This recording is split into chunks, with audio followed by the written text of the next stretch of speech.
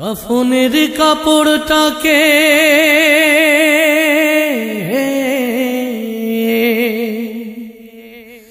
কাফনের কাপড়টাকে গায়ে জড়াবার আগে ইহরাম গায়ে বাঁধার সুযোগ করে দিও, মরণের আগে একবার। আসসালামু আলাইকুম ওয়া রাহমাতুল্লাহি ওয়া বারাকাতুহু। আলহামদুলিল্লাহি নাহমাদুহু ওয়া নাস্তাঈনুহু ওয়া নাস্তাগফিরুহু ওয়া নু'মিনু বিহি ওয়া নাতাওয়াক্কালু আলাইহি ওয়া নাউযু বিল্লাহি মিন শুরুরি আনফুসিনা ওয়া মিন সাইয়্যাতি আ'মালিনা। من يهده الله فلا مضل له ومن يضلله فلا هادي له، ونشهد أن لا إله إلا الله وحده لا شريك له، ونشهد أن سيدنا وسندنا وحبيبنا وطبيبنا ومحبوبنا ومعشوقنا ومولانا محمدا عبده ورسوله الذي أرسل إلى الناس كافة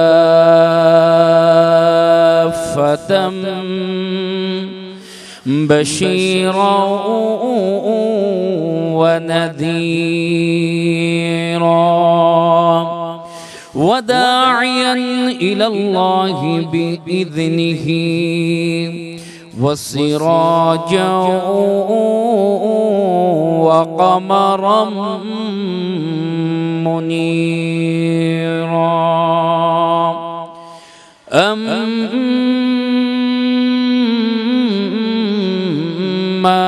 بعد، فقد قال الله تعالى وتبارك في كلامه المجيد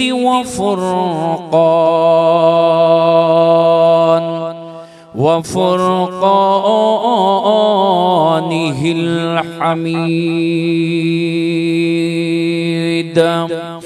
أعوذ بالله من الشيطان الرجيم.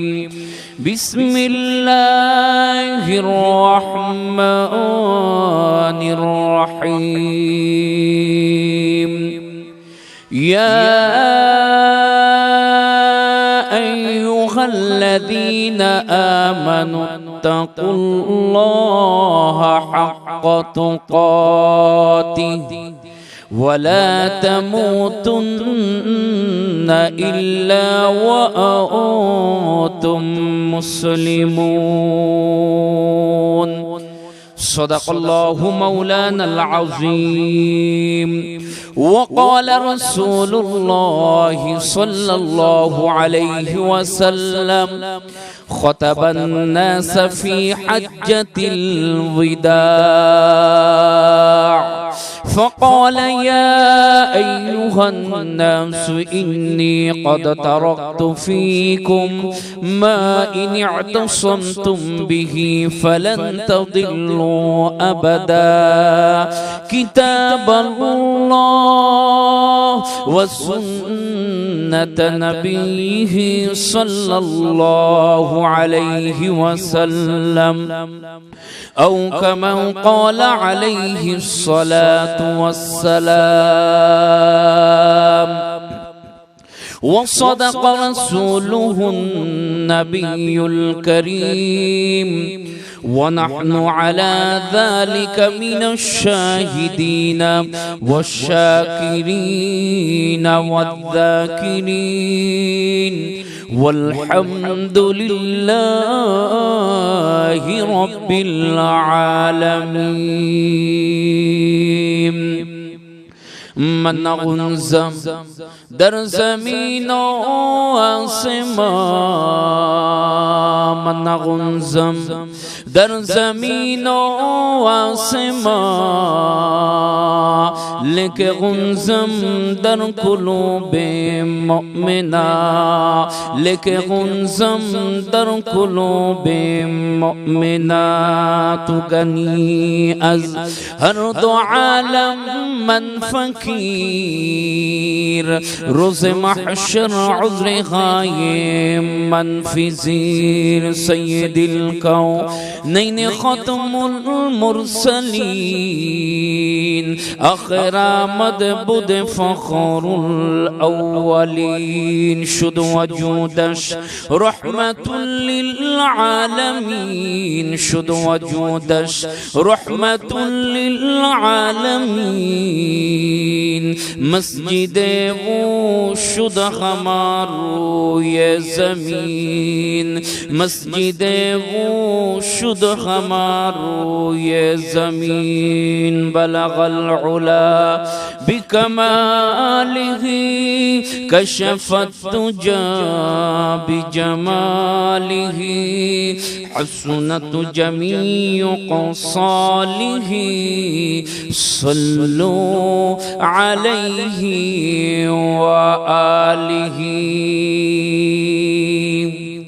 معزز مکرم واجب الاحترام حضرت علماء کرام، طلباء আজিজ, মুরব্বিয়ান ইযম ও আজকের এই জান্নাতের বাগানে আগত কোরআন প্রিয়, ইসলাম প্রিয় মুসলমান ভাইরা, মহান আল্লাহ সুবহানাহু ওয়া তাআলার দরবারে অসংখ্য অগণিত সহস্র শুকরিয়া আদায় করছি, যেই পরওয়ারদিগার আলম এই এলাকার হাজারো লাখো মানুষ থেকে যাচাই বাছাই করে আমাদেরকে এই কোরআনের বাগানের জন্য কবুল করেছেন।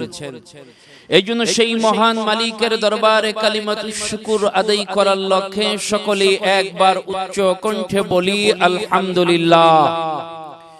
অসংখ্য অগণিত দুরূদ ও সালাম آقا نمدر تاجدار مدینہ محمد مصطفیٰ احمد مصطفیٰ سید القونین امام المرسلین والمذنبین، منبتر شنتر دود، منبتر مکتر دود، رحمت عالم سرکار کائنات نبی محمد رسول اللہ صلی اللہ علیہ وسلم روپر اللہ نبی سرکار کائنات نبی محمد رسول اللہ صلی اللہ علیہ وسلم বলেন, মান সাল্লা আলাইয়া মাররাতান ওয়াহিদাতান সাল্লাল্লাহু আলাইহি আশরান। আল্লাহ নবী হাদিস শরীফের মধ্যে বলেন, আমার কোন উম্মত যদি আমার উপর একবার দুরূদ ও সালাম প্রেরণ করে, আল্লাহ রাব্বুল আলামিন ওই বান্দার উপর 10টি রহমত আল্লাহ রাব্বুল আলামিন নাযিল করে দেন। عن أبي هريرة رضي الله تعالى عنه قال قال رسول الله صلى الله عليه وسلم من صلى علي مرة واحدة صلى الله عليه عشرا ورفع به 10 درجات وكتب له به 10 حسنات ومحي عنه 10 سيئات أو كما قال عليه الصلاة والسلام। আল্লাহ নবী সরকার কায়নাত নবী মুহাম্মদ রাসূলুল্লাহ সাল্লাল্লাহু আলাইহি ওয়াসাল্লাম ইরশাদ করেন, আমার কোন উম্মত যদি অন্তরস্থল থেকে আমার উপর একবার দুরূদ ও সালাম প্রেরণ করে, আল্লাহ রাব্বুল আলামিন ওই বান্দার উপর 10টা রহমত নাযিল করেন, তার ইজ্জতকে 10টা মর্তবা বাড়িয়ে দেন। আল্লাহ রাব্বুল আলামিন তাকে 10টা নেকি দান করেন। আল্লাহ রাব্বুল আলামিন তার জিন্দেগি থেকে 10টা গুনাহকে আল্লাহ রাব্বুল আলামিন maaf করে দেন। আল্লাহ রাব্বুল আলামিন কালামে হাকিমের মধ্যে বলেন, ইয়া আইয়ুহাল্লাযীনা আমানু সাল্লু আলাইহি ওয়া সাল্লিমু তাসলিমা। ও দুনিয়ার মানুষেরা, ঈমানদারেরা, তোমরা নবীর উপর বেশি বেশি করে দুরূদ ও সালাম প্রেরণ করো। আল্লাহ নবী হাদিস শরীফের মধ্যে বলেন, বান্দা যখন আল্লাহর কাছে দোয়া করে, যতক্ষণ পর্যন্ত আমার উপর দুরূদ ও সালাম প্রেরণ না করে, ততক্ষণ পর্যন্ত বান্দার দোয়া আল্লাহর দরবারে পৌঁছায় না। সম্মানিত হাজিরিন, আমি আমার বয়ান শুরু করার পূর্বে নবীর উপর দুরূদ পড়ার একটা ফজিলত সম্পর্কে আমি আপনাদেরকে একটা ঘটনা বর্ণনা করব। আবু বকর বন্দে কুরাইশি রাহমাতুল্লাহি আলাইহি নামক একজন আল্লাহ ওয়ালা আশিক রাসূল ছিলেন। তিনি বর্ণনা করেন, একবার একজন ভিক্ষুক আবু জাহেলের কাছে যায়। ওই মুহূর্তের মধ্যে আবু জাহেল কাবা ঘরের সামনে তার দলের নেতাদেরকে নিয়ে তিনি গল্প গুজবের মধ্যে ছিলেন। ওই ভিক্ষুক গিয়ে যখন বলল, আবু জাহেল, আল্লাহর ওয়াস্তে আমাকে কিছু তুমি দান করো। আবু জাহেল কিন্তু আল্লাহকে মানে না, তিনি আল্লাহকে মানে না, আল্লাহর উপর তার কোনো বিশ্বাস নেই, নবীর উপর তার কোনো বিশ্বাস নাই। এই কারণে আবু জাহেল বলল, ও ভিক্ষুক, তুমি যেই আল্লাহর নামে চাইলে সেই আল্লাহকে তো আমি মানি না, সেই আল্লাহকে মানি হলো হযরতে আলী, তুমি আলীর কাছে চলে যাও। ওই ভিক্ষুক আলীর কাছে চলে গেলেন, গিয়ে দেখলেন আলী তার ঘরের মধ্যে নামাজরত অবস্থায় রয়েছে। সুবহানাল্লাহ। হযরতে আলী রাদিয়াল্লাহু তাআলা আনহু কখনো নামাজের মধ্যে, কখনো রুকুতে, কখনো সিজদার মধ্যে, কখনো বা আল্লাহর দরবারে দুই হাত তুলে এরকম ভাবে দোয়া করতেছে, আয় পরওয়ারদিগার আলম, আমি তোমার গুনাহগার বান্দা, তোমার নবীর একজন সাহাবী, আয় পরওয়ারদিগার আলম, তুমি আমার জিন্দেগীর গুনাহগুলি maaf করে দাও। ওই মুহূর্তের মধ্যে নামাজ শেষ হওয়ার সাথে সাথে ওই ভিক্ষুক ডাক দিয়ে বলে, আলী, আমার তুমি আল্লাহর ওয়াস্তে কিছু দান করো। ওই মুহূর্তের মধ্যে আলীর কাছে দেওয়ার কোনো কিছু ছিল না। আলী তখন মনে মনে চিন্তা করলো, যেই মালিকের নাম নিয়ে আমার কাছে চাইলো, আমার মনে হয় আমার কলিজাটা ছিঁড়ে আমি ওই ভিক্ষুককে দিয়ে দেই, কিন্তু আমার কাছে দেওয়ার কোনো কিছু নাই। পরক্ষণে আবার চিন্তা করলেন, ওয়াল্লাহুল গনিয়্যু ওয়া আনতুমুল ফুকারা, আমি অভাবী হতে পারি কিন্তু আমার আল্লাহ তো অভাবী নয়, আমার কাছে কিছু থাকতেও পারে নাও পারে, কিন্তু আমার আল্লাহর কাছে কোনো কিছুর অভাব নাই। ওই মুহূর্তের মধ্যে হযরত আলী রাদিয়াল্লাহু তাআলা আনহু নামাজ শেষ করে ওই ভিক্ষুককে ডাক দিয়ে বলল, ভিক্ষুক, তুমি অল্প সময়ে বসো, আমি আরো 2 রাকাত নামাজ পড়ব। ওই ভিক্ষুক বসে বলল, হযরত আলী রাদিয়াল্লাহু তাআলা আনহু 2 রাকাত নামাজ পড়ে আবার আল্লাহর দরবারে দোয়া করলো, আয় পরওয়ারদিগার আলম, আমি অভাবী হতে পারি, আমার কাছে কিছু থাকতেও না পারে, ওয়াল্লাহুল গনিয়্যু ওয়া আনতুমুল ফুকারা, আল্লাহ তোমার কাছে তো কোনো কিছুর অভাব নাই, তোমার কাছে চাইলে তুমি বান্দারে খালি হাতে ফিরাও না। উদউনি আস্তাজিব লাকুম, তুমি তো বান্দাদেরকে বলেছো আমার কাছে চাও, আমি তোমাদেরকে দিব। আয় পরওয়ারদিগার আলম, এই ভিক্ষুক তোমার নাম নিয়ে আমার কাছে চেয়েছে, আমি কিভাবে তারে খালি হাতে ফিরাইয়া দেই? আয় পরওয়ারদিগার আলম, তোমার কাছে আরজু হলো তুমি তাকে খালি হাতে ফিরাইও না। ওই ভিক্ষুককে হযরতে আলী রাদিয়াল্লাহু তাআলা আনহু নামাজ শেষ করে বলে, ভিক্ষুক, তোমার ডান হাতটা আমার কাছে এরকম ভাবে বিছিয়ে দাও। যখন আলী রাদিয়াল্লাহু তাআলা আনহুর সামনে তার ডান হাতটা দিল, ওই মুহূর্তের মধ্যে হযরতে আলী রাদিয়াল্লাহু তাআলা আনহু আসমানের দিকে তাকাইয়া কি যেন বিড়বিড় করে পড়ল।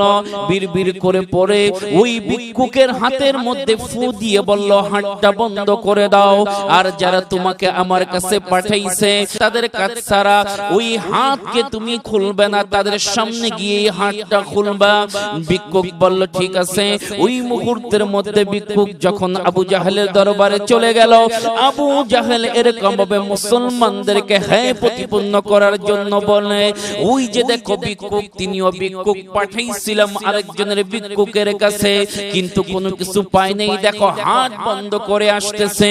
ওই মুহূর্তের মধ্যে আবু জাহেল ডাক দিয়ে বলে, কিরে ভিক্ষুক, তোমার হাতের মুঠ বন্ধ কেন? আলী কি তোমাকে কিছু দিয়েছে? ওই ভিক্ষুক ডাক দিয়ে বলে, আলী আমার হাতে কিছু দেয় নাই, কি পড়ে যেন বিড়বিড় করে এরকম ভাবে ফু দিয়েছে। ফু দেওয়ার কারণে আমার মনে হচ্ছে আমার হাতের মধ্যে কি যেন একটা তৈয়ার সৃষ্টি হয়ে গেছে। আবু জাহেল বলল, দেখি তোমার হাতের মধ্যে কি? আবু জাহেল দেখে ওই ভিক্ষুকের হাতের মধ্যে দামি একটা মুক্তা দেখা যায়। আবু জাহেল ডাক দিয়ে বলল, এত দামি মুক্তা আলী কোথা থেকে পেল? ভিক্ষুক ডাক দিয়ে বলে, ও আবু জাহেল, আমি জানি না, আলী শুধু আমার হাতের মধ্যে ফু দিয়েছে, আর কিছু দেয় নাই। ওই মুহূর্তের মধ্যে তার সঙ্গের সাথীরা বলল, চলো আলীর দরবারে যাই। আলী এত দামি মুক্তা কোথা থেকে পেল? হযরত আলী রাদিয়াল্লাহু তাআলা আনহু নামাজ পড়ে তার ঘরের দরজার সামনে বসা ছিল। ওই মুহূর্তের মধ্যে আবু জাহেল তার দলের সঙ্গীদেরকে নিয়ে হযরতে আলীর কাছে যাওয়ার পর ডাক দিয়ে বলে, আলী এত দামি মুক্তা তুমি কোথা থেকে পেলে? আমি জানি 3 দিন পর্যন্ত তোমার ঘরের মধ্যে কোনো খাবার থাকে না, মাস কি মাস তোমার ঘরের মধ্যে কোনো আগুন জ্বলে না, কিন্তু তুমি এত দামি মুক্তা কোথা থেকে পেলে?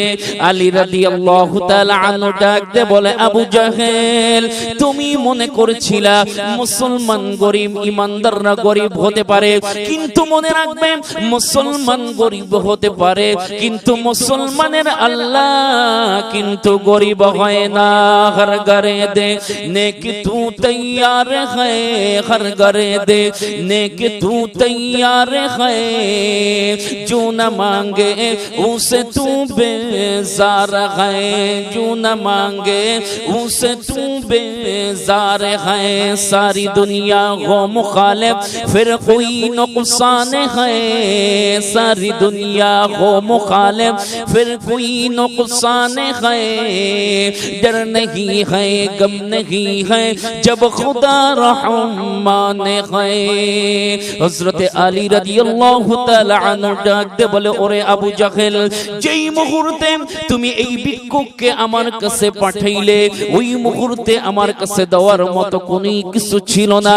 আমি আল্লাহর নবীর একটা হাদিস আমার মনে পড়ে গেল। আল্লাহর নবী বলেছেন, যখন আল্লাহর কাছে দোয়া করবা, আমি নবীর উপর দুরূদ সালাম পড়ে যদি দোয়া করো, আল্লাহ রাব্বুল আলামিন তোমাদের হাতকে খালি হাতে আল্লাহ ফিরায়ে দেবে না।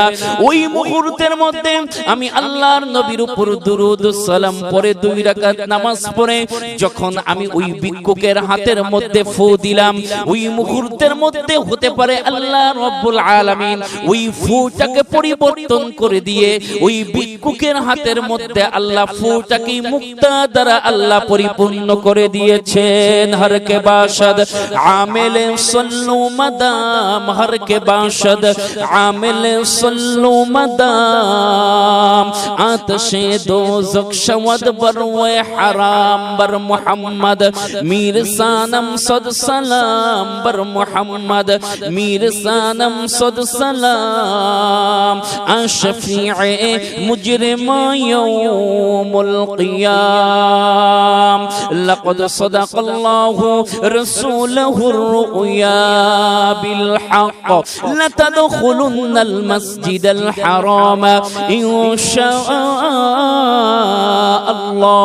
আমিনিন মুহাল্লিকিনা রুউসাকুম ওয়া মুকাসসিরিনা লা তাখাফুন ফাআলিমা মা লাম তা'লামু ফাজআলা মিন দুনি যালিকা ফাতহান قريبا يا أيها الذين آمنوا صلوا عليه وسلموا تسليما ইন্নাল্লাহা ওয়া মালাইকাতাহু ইউসাল্লুনা আলান নবী ইয়া আইয়ুহাল্লাযীনা আমানু সাল্লু আলাইহি ওয়া সাল্লিমু তাসলিমা।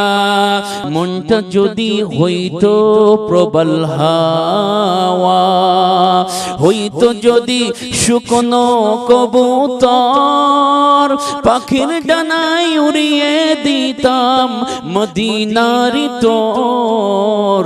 যেথায় আমায় শুয়ে আছে নবী মুহাম্মদ, যেথায় আমায় শুয়ে আছে নবী মুহাম্মদ। সম্মানিত হাজরিন, আবু জাহেল অবাক হয়ে গেল, এটা আমার বিশ্বাস হয় না, কিভাবে একটা ফু তার বাতাস পরিবর্তন হয়ে গিয়ে ওই বাতাস মুক্তা হয়ে যায়। হযরতে আলী রাদিয়াল্লাহু তাআলা আনহু ডাক দিয়ে বলে, ওরে আবু জাহেল, মানুষের কাছে কোনো কিছু অসম্ভব হতে পারে, কিন্তু আল্লাহর কাছে অসম্ভবের কোনো কিছু নাই। ও আলী শোনো, যেই নবীর উপর দুরূদ পড়ে তুমি ফু দিলে, ওই নবীর উপর ফুটা যদি মুক্তা দ্বারা পরিপূর্ণ হয়ে যায়, ওই মুহূর্তের মধ্যে হযরতে আলী রাদিয়াল্লাহু তাআলা আনহু বলে, হ্যাঁ, ওই নবীর উপর দুরূদ পড়লে, ফু দিলে ওই ফু শুধু মুক্তা না, হীরা দ্বারা পরিবর্তন হয়ে যেতে পারে। সম্মানিত হাজরিন, ওই মুহূর্তের মধ্যে আবু জাহেলের সাথে যারা ছিল তারা বলল, যেই নবীর উপর দুরূদ পড়ে ফু দিলে ওই ফু যদি মুক্তা দ্বারা পরিবর্তন হয়ে যায়, তাহলে ওই নবীর উপর যদি ঈমান আনি, দুনিয়া এবং আখিরাতে আমরা সফল কাম হয়ে যাব। ও আবু জাহেল, তুমি সাক্ষী থাকো। আলীর হাতে হাত রাখলাম আর কালেমা পড়ে মুসলমান হয়ে গেলাম। লা ইলাহা ইল্লাল্লাহু মুহাম্মাদুর রাসূলুল্লাহ সাল্লাল্লাহু আলাইহি ওয়াসাল্লাম। এই কারণে আসুন আমরা সদা সর্বদা আল্লাহর নবীর উপর দরুদ পড়ব সাল্লাল্লাহু আলাইহি ওয়াসাল্লাম। সম্মানিত হাজরিন, আমি আপনাদের খিদমতে সূরা আলে ইমরানের 102 নং আয়াতে কারীমা আমি আপনাদের খিদমতে তেলাওয়াত করেছি। যেই আয়াতের মধ্যে আল্লাহ রাব্বুল আলামিন গুরুত্বপূর্ণ দুইটা বিষয়ের আলোচনা করেছেন, আর এই দুইটা বিষয় যদি কোন মানুষের অন্তরের মধ্যে থাকে, ওই মানুষ কখনো আল্লাহ বিরোধী, কোরআন বিরোধী, সামাজিক বিরোধী কোনো কাজ করতে পারে না। সম্মানিত হাজরিন, সূরাতুল আলে ইমরানের 102 নং আয়াতের মধ্যে আল্লাহ রাব্বুল আলামিন বলেন, ইয়া আইয়ুহাল্লাযীনা আমানুত্তাকুল্লাহা হাক্কা তুকাতি। ও ঈমানদারেরা, তোমরা আল্লাহকে ভয় করার মতো ভয় করো। ওয়ালা তামুতুন্না ইল্লা ওয়া আনতুম মুসলিমুন, আর মুসলমান না হয়ে তোমরা মৃত্যুবরণ করো না। সম্মানিত হাজরিন, এই দুইটা বিষয় এমন গুরুত্ব এবং এত বেশি ফজিলতপূর্ণ, এই দুইটা কথা যদি কোনো মানুষ তার অন্তরের মধ্যে বদ্ধমূল করে, কোশ্চিন কালো ওই মানুষটা শরীয়ত বিরোধী কোনো কাজ করতে পারে না, সামাজিক বিরোধী কোনো কাজ করতে পারে না। এক কথায় ওই মানুষের জীবনটা হবে সুন্দর পরিচ্ছন্ন একটি জীবন। আল্লাহ রাব্বুল আলামিন সূরাতুল আলে ইমরানের 102 নং আয়াতের মধ্যে বলেন, ইয়া আইয়ুহাল্লাযীনা আমানুত্তাকুল্লাহা হাক্কা তুকাতিহি ওয়া লা তামুতুন্না ইল্লা ওয়া আনতুম মুসলিমুন। আল্লাহ রাব্বুল আলামিন সূরাতুল আলে ইমরানের 102 নং আয়াতের মধ্যে বলেন, ইয়া আইয়ুহাল্লাযীনা আমানুত্তাকুল্লাহ, ও ঈমানদারেরা, তোমরা আল্লাহকে ভয় করার মতো ভয় করো। ওয়ালা তামুতুন্না ইল্লা ওয়া আনতুম মুসলিমুন, আর মুসলমান না হয়ে তোমরা মৃত্যুবরণ করো না। ও দুনিয়ার মানুষেরা, আজ না হোক কাল আমাদের মৃত্যুবরণ করতে হবে। মৃত্যু কিন্তু আমাদের ঘিরে ফেলেছে, মৃত্যু কিন্তু একদিন আমাদেরকে গ্রাস করবে, এর মধ্যে কোনো সন্দেহ নাই। সম্মানিত হাজরিন, আল্লাহ পাক প্রথম কথা বলেন, ইয়া আইয়ুহাল্লাযীনা আমানুত্তাকুল্লাহা হাক্কা তুকাতি, তোমরা আল্লাহকে ভয় করার মতো ভয় করো। যদি কারো অন্তরের মধ্যে আল্লাহর ভয় থাকে, আল্লাহর কসম করে বলি ওই ব্যক্তি কখনো দুর্নীতি করতে পারে না। যেই ব্যক্তির অন্তরের মধ্যে আল্লাহর ভয় থাকবে ওই ব্যক্তি কখনো সুদ খেতে পারে না। যেই ব্যক্তির অন্তরের মধ্যে আল্লাহর ভয় থাকবে ওই ব্যক্তি কখনো আরেক ভাইয়ের সম্পদকে লুণ্ঠন করতে পারে না। যেই ব্যক্তির অন্তরের মধ্যে আল্লাহর ভয় থাকবে ওই ব্যক্তি কখনো নামাজ ছাড়তে পারে না। যেই ব্যক্তির অন্তরের মধ্যে আল্লাহর ভয় থাকবে ওই ব্যক্তি কখনো অন্য কারো ক্ষতি সাধন করতে পারে না। যেই ব্যক্তির অন্তরের মধ্যে আল্লাহর ভয় থাকবে ওই ব্যক্তি হলো আল্লাহওয়ালা, ওই ব্যক্তি হলো বুজুর্গ। এই কারণে আল্লাহর ভয় প্রত্যেকটা মুমিন মুসলমানের অন্তরের মধ্যে আনা জরুরি।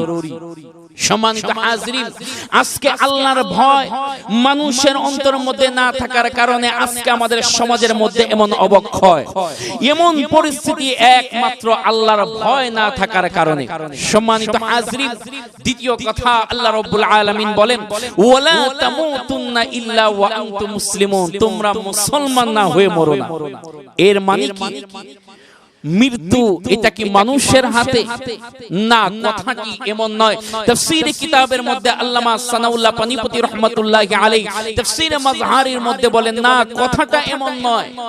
কথাটা হলো তুমি তোমার হায়াতের জিন্দেগির মধ্যে যতটুকু সময় তুমি পেয়েছো ওতটুকু সময় তুমি শরীয়ত মাফিক চলো, আল্লাহর মর্জি অনুযায়ী চলো, যেইভাবে কোরআন সুন্নাহ বলেছে ওইভাবে তুমি তোমার জীবন যাপন করো। তাহলেই তোমার মৃত্যুর আগে তোমার মৃত্যু হয়ে যাবে, তাহলেই তোমার মুসলমান হিসাবে তোমার মৃত্যু হবে। এই কথা চিন্তা করা যাবে না। তাহলে কি আমি মৃত্যুবরণ করব? যখন আমি পরিশুদ্ধ হব তখনই আমি মৃত্যুবরণ করব, এর আগে মরব না। তাহলে বোঝা যায় মৃত্যু মনে মানুষের হাতে না। সম্মানিত হাজরিন, মৃত্যু কখনো মানুষের হাতে হতে পারে না। মৃত্যু কখন আসবে এটাও কেউ জানে না।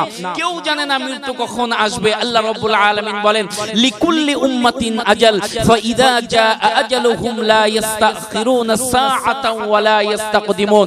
প্রত্যেকটা মানুষের জন্য, প্রত্যেকটা জীবের জন্য একটা সময় নির্ধারণ রয়েছে।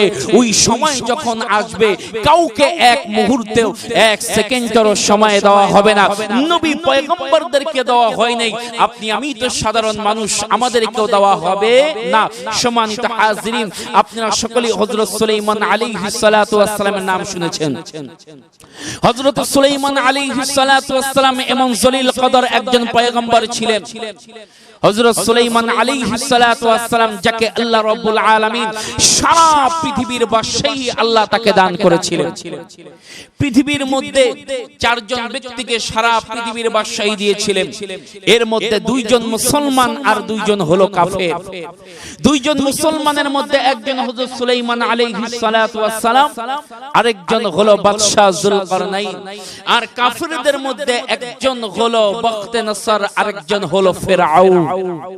সম্মানিত হাজরিন, হযরত সুলাইমান আলাইহিস সালাতু ওয়াস সালাম যিনি বাইতুল মুকদ্দাসকে নির্মাণ করেছিলেন, হযরত সুলাইমান আলাইহিস সালাতু ওয়াস সালাম বাইতুল মুকদ্দাস নির্মাণ করতেছেন। ওই মুহূর্তের মধ্যে বাইতুল মুকদ্দাসের 4 ভাগের 3 ভাগ কাজ সমাপ্তি হয়ে গেল। এখনো 1 ভাগ বাকি।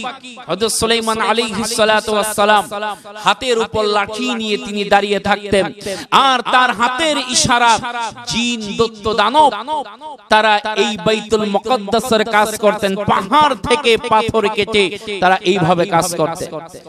একদিন হযরত সুলাইমান আলাইহিস সালাতু ওয়াস সালাম দাঁড়িয়ে আছে। ওই মুহূর্তের মধ্যে একজন ব্যক্তির আগমন। ওই ব্যক্তি হযরত সুলাইমান আলাইহিস সালাতু ওয়াস সালামকে সালাম দিল। সুলাইমান আলাইহিস সালাতু ওয়াস সালাম সালামের উত্তর নিলেন। উত্তর নেওয়ার পর ওই লোকটা তাকিয়ে আছে। সুলাইমান আলাইহিস সালাতু ওয়াস সালাম বলল, ভাইজান আপনি সালাম দিয়েছেন, আমি উত্তর নিয়েছি, এবার আপনি চলে যান। ওই ব্যক্তি ডাক দিয়ে বলল, আমি এমন একজন লোক, আমি যার কাছে আসি তাকে ছেড়ে আমি একা যাই না। বলে, তুমি কে? বলে, আনা মালাকুল মউত, আমি হলো মালাকুল মউত।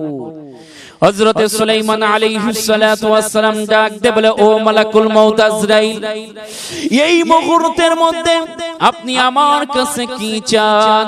ওই মুহূর্তের মধ্যে হযরত আজরাইল আলাইহিস সালাতু ওয়াস সালাম বলে, ও বাদশা সুলাইমান, আমি মানুষের কাছে কি কারণে যাই আপনি কি জানেন না?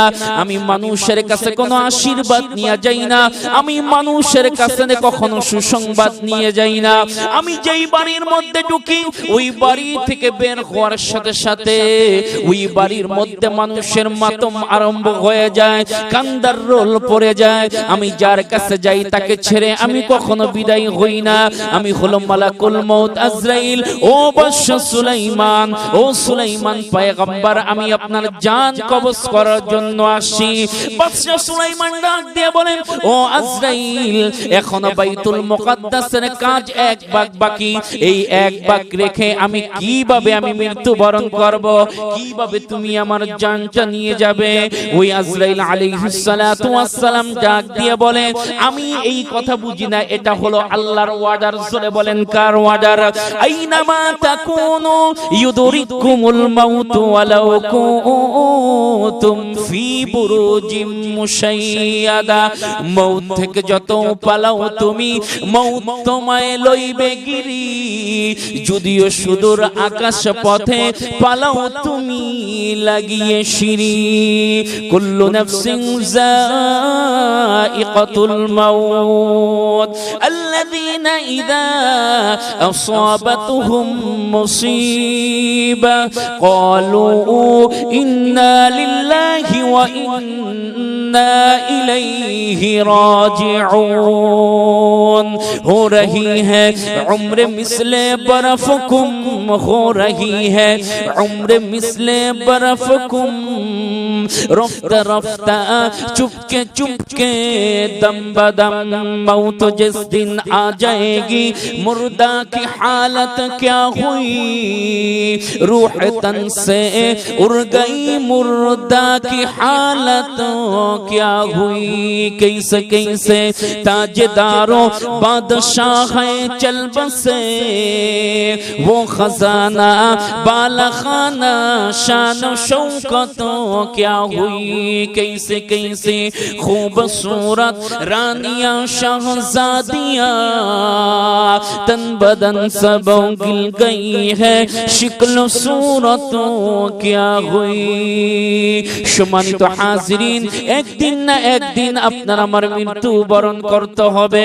ও মুসলমান ভাইরা রে আমার, এই মুহূর্তের মধ্যে খবর নিয়ে দেখেন কত জানাজার এরকম ভাবে নামাজ শেষ হচ্ছে, কত বাড়ি থেকে এই রকম ভাবে মুর্দার বের হচ্ছে, কত হাসপাতাল থেকে লাশ বের হচ্ছে, কত মানুষ এই সময়ের মধ্যে মৃত্যুর যন্ত্রণা কাটতেছে। একদিন আপনার আমারও সেই খবর হয়ে যাবে। এমন হতে পারে আগামীকাল মসজিদের মধ্যে মুয়াজ্জিন ঘোষণা দিয়ে দেবে, ওই ব্যক্তি আর দুনিয়ার মধ্যে নাই। তোমার মা কাঁদবে, তোমার বাবা কাঁদবে, তোমার বন্ধু বান্ধব আত্মীয় স্বজন সকলেই পাগলের মতো কাঁদবে, কিন্তু তুমি কিন্তু আর ফিরে আসবে না। কেউ বা চলে যাবে কবরস্থানে মাটি গোর খোদার জন্য, কেউ বা চলে যাবে কাফনের কাফন আনার জন্য, কেউ বা আবারও চলে যাবে বাঁশ চাতাই আনার জন্য। মানুষগুলি তোমাকে বিদায় দেওয়ার জন্য বেকুল হয়ে যাবে। ও মুসলমান ভাইরা রে আমার, ওই মুহূর্তের মধ্যে তোমার হাত থাকবে, তোমার পাও থাকবে, তোমার সব কিছু থাকবে, কিন্তু তুমি লড়াইতে পারবে না। কত ক্ষমতার বড়াই তুমি মানুষের উপরে এরকম ভাবে জুলুম নির্যাতন করেছো। তোমার হাতের ইশারা কত মানুষ উঠত আর বসত, তোমার পাওয়ার, তোমার পিছনে কত মানুষ চলতো। যেইখানে তুমি যাইতা ওই মুহূর্তে মানুষগুলো তোমার পিছনে পিছনে ছুটত। কত পপুলারিটি তোমার ছিল, কিন্তু আজকে তুমি তোমার দেহটা নিঠুর দেহ তোমার জমিনের মধ্যে পড়ে আছে। হাত থাকতে তুমি হাত চালাইতে পারবে না, তোমার পাও রয়েছে, পাও তুমি চালাইতে জানাইতে পারবে না। ও দুনিয়ার মানুষেরা, একদিন তো আমাদের ওই মৃত্যুর দিন আসবে, এর মধ্যে কোনো সন্দেহ নাই। লিকুল্লি উম্মাতিন আজাল ফাইদা জাআ আজালুহুম লা ইস্তাখিরুনা সাআতাও ওয়ালা ইস্তাকদিমুন। প্রত্যেকটা মানুষের জন্য, প্রত্যেকটা প্রাণীর জন্য মৃত্যুর দিন নির্ধারিত। ফাইদা জাআ আজালুহুম লা ইস্তাখিরুনা সাআতাও ওয়ালা ইস্তাকদিমুন। মৃত্যুর সময় যখন চলে আসবে, আপনাকে আমাকে এক মুহূর্তের জন্য সময় দেওয়া হবে না। যেতে হবে খালি হাতে, যেতে হবে খালি হাতে, সঙ্গে কিছু যাবে না। 3.5 হাত জায়গা পাবি, পাবি না রে বিছানা। বলেন 3.5 হাত জায়গা পাবি, পাবি না রে বিছানা। যেতে হবে খালি হাতে, যেতে হবে খালি হাতে, সঙ্গে কিছু যাবে না। 3.5 হাত জায়গা পাবি, পাবি না রে বিছানা। 3.5 হাত জায়গা পাবি, পাবি না রে বিছানা। আজকে তুমি যাদের লাগি শুধুই পাগল পারা, যেতে হবে একা একা, কেউ যাবে না তারা। আজকে তুমি যাদের লাগি শুধুই পাগল পারা, যেতে হবে একা একা, কেউ যাবে না তারা। ছাড়তে হবে মায়ার বন্ধন, ছাড়তে হবে মায়ার বন্ধন, সাদের বালাখানা। 3.5 হাত জায়গা পাবি, পাবি না রে বিছানা। 3.5 হাত জায়গা পাবি, পাবি না রে বিছানা। যেতে হবে খালি হাতে, যেতে হবে খালি হাতে, সঙ্গে কিছু যাবে না। 3.5 হাত জায়গা পাবি, পাবি না রে বিছানা।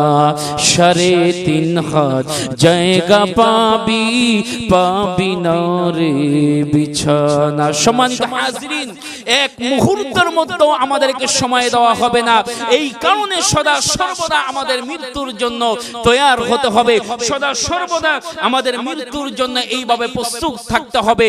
কখন মৃত্যু চলে আসে, ওই মুহূর্তের মধ্যে হযরত সুলাইমান আলাইহিস সালাতু ওয়াস সালাম আজরাইলকে বলল, আমাকে কি এক মুহূর্ত সময় দেওয়া যায় না? এই বাইতুল মুকাদ্দাসের 4 ভাগের 3 ভাগ কাজ হয়েছে, আরো 1 ভাগ বাকি।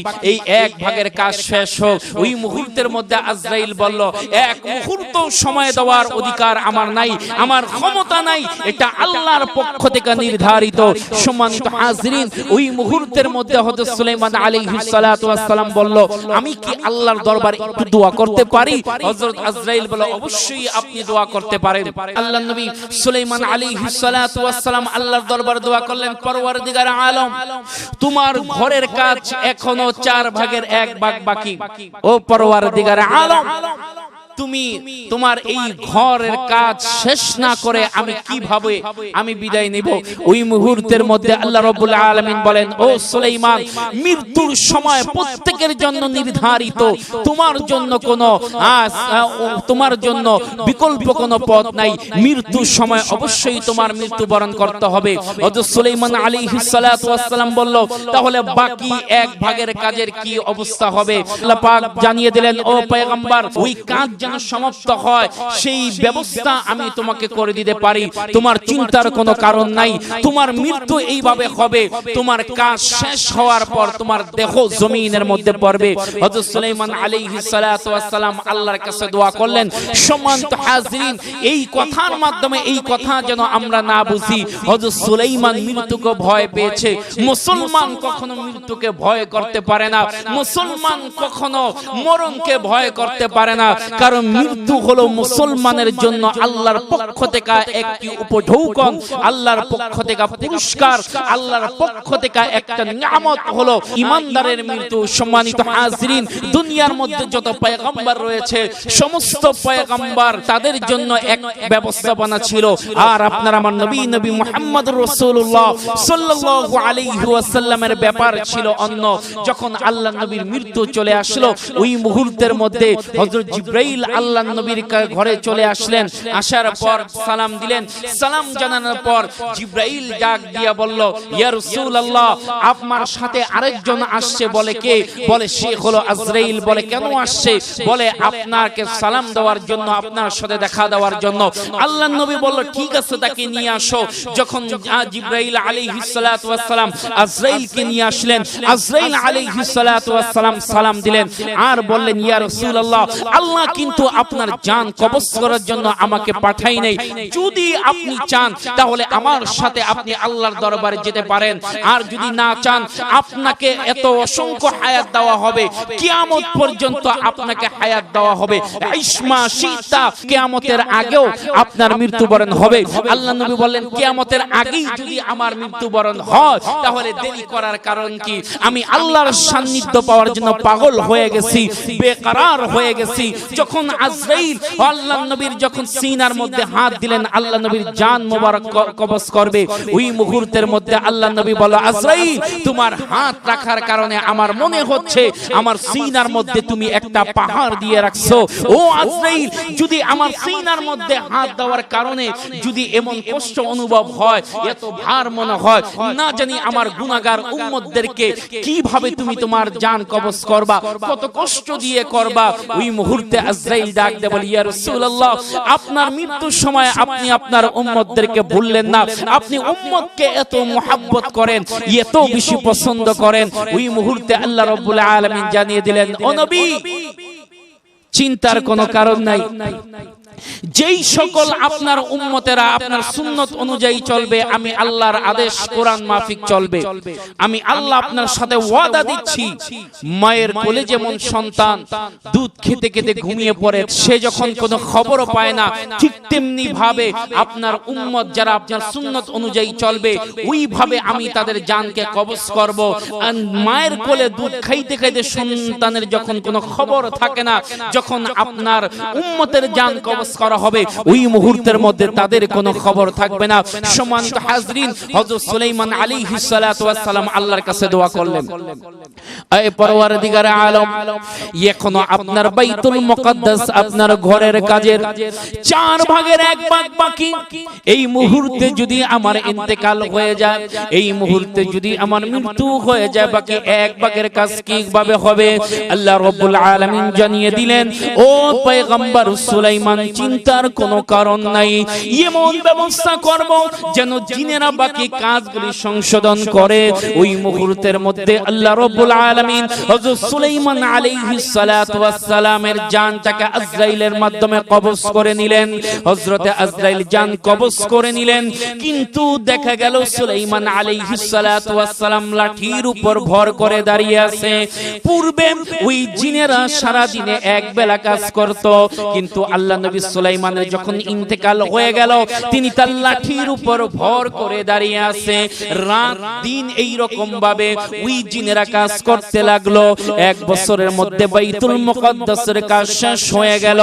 1 বছর পর ওই জিনেরা এসে নবী সুলাইমানকে যখন ডাক দিবে, 1 বছর পর তার দেহটা মাটির মধ্যে পড়ে গেল। জিনেরা দেখে এই মৃত্যু তো কিছুক্ষণ আগে না, এই মৃত্যু তো প্রায় 1 বছর আগে হয়েছে।